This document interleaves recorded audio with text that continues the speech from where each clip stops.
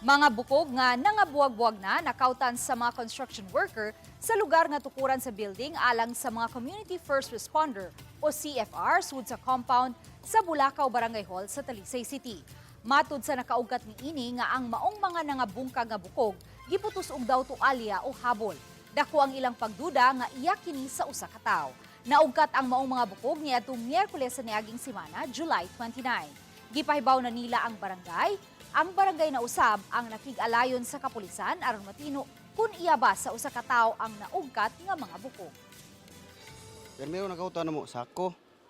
Paghabuan mo sako, puro bukog man niya. Ingon sila iro ra ko no. Kana sa layo ra na siya, distansya ra sa bukog sa iro ba.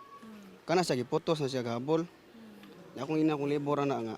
Tangtanga kong nang habol dong. Tanawa kong siya suod. Pag suod niya, pag ukang niya sa habol, kana may suod.